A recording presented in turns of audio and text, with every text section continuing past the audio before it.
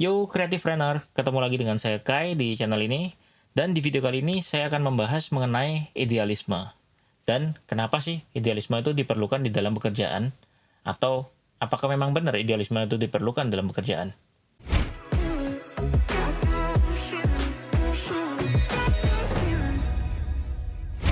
Nah, tapi sebelumnya, buat teman-teman saya mau disclaimer dulu, bahwa semua yang saya share di sini itu adalah pendapat personal saya. Jadi saya sarankan kalian juga jangan telan mentah-mentah dulu.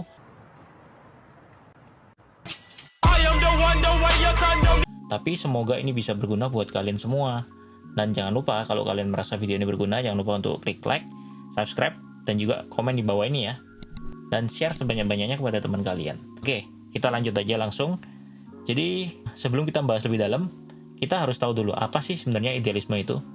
Kalau dari menurut umumnya atau menurut Google, idealisme itu seperti ini. Ini yang formalnya. Nah, tapi kalau menurut saya sendiri, idealisme sendiri, seperti yang teman-teman tahu, idealisme itu dari kata-katanya aja udah kelihatan. Ada bagian ideal, ada bagian is, dan ada bagian me. Atau yang bisa diartikan sebagai apa yang menurut saya ideal, atau apa yang menurut individu atau personal itu ideal, apa yang menurut mereka cocok, kayak gitu. Jadi setiap orang mempunyai idealisme sendiri-sendiri. Nah, sebenarnya perlu nggak sih idealisme itu ada di dalam pekerjaan kita atau di dalam karir kita? Diperlukan nggak sih idealisme itu?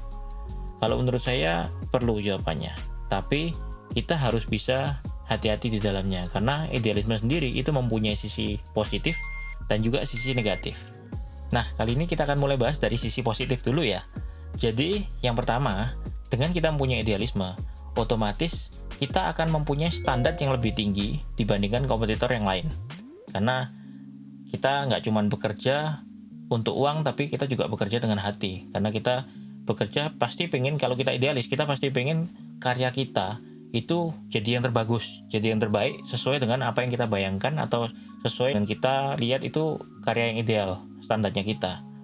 Lalu kemudian poin yang kedua, dengan kita mempunyai idealisme, otomatis kita akan lebih mempunyai karakter, guys. Karena kita mempunyai pemahaman sendiri, apakah sebuah karya yang ideal menurut kita. Jadi otomatis karya kita akan lebih mencerminkan karakter kita.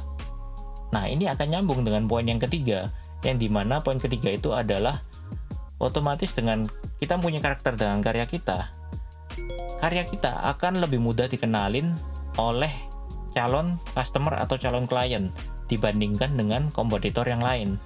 Otomatis lebih stand out pastinya, atau lebih kontras lah dibandingkan yang lain. Karena kalau memang kita sudah lumayan banyak pengalaman dan juga kita konsisten dalam menunjukkan karakter kita itu, customer biasanya pasti bisa lihat, misalnya foto nih ya, kalau foto kayak gini nih pasti karyanya si A nih.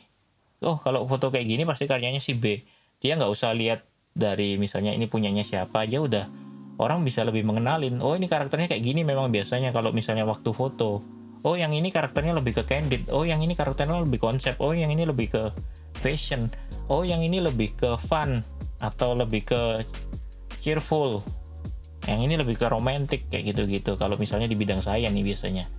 Jadi itu menurut saya beberapa keunggulan atau hal positif dari kita mempunyai idealisme. Nah, tapi guys, ada tapinya nih. Jangan kalian lupa, idealisme itu juga punya sisi negatif yang bisa malah nggak bantu kalian untuk lebih berkembang, tapi malah bisa membuat kalian lebih mundur atau berpotensi untuk membuat kalian gagal malahan. Nah, apa aja itu?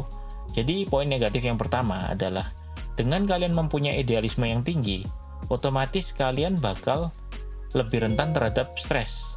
Kenapa? Karena biasanya kalau orang yang punya idealisme yang tinggi, otomatis kalau misalnya dalam sebuah project atau sebuah karya, kita menemukan ada hal kecil atau hal besar yang nggak sesuai dengan apa yang kita harapkan atau dengan yang menurut kita ideal, otomatis kita pasti bakal langsung kepikiran banget. Kok bisa, gimana ya caranya? Ini kok bisa nggak sesuai dengan apa yang aku rencanain ya? Wah, ini hasilnya nggak sesuai dengan mood board ini. Wah, ini hasilnya lokasinya dan ininya nggak cocok atau kayak gimana misalnya kayak gitu. Jadi otomatis orang yang punya idealis yang tinggi, termasuk saya, itu biasanya akan lebih mudah stres karena mereka kadang sering overthinking, guys. kesimpulannya. Mereka sering overthinking yang dimana itu menyebabkan mereka jadi stres karena nggak sesuai dengan apa yang mereka harapkan.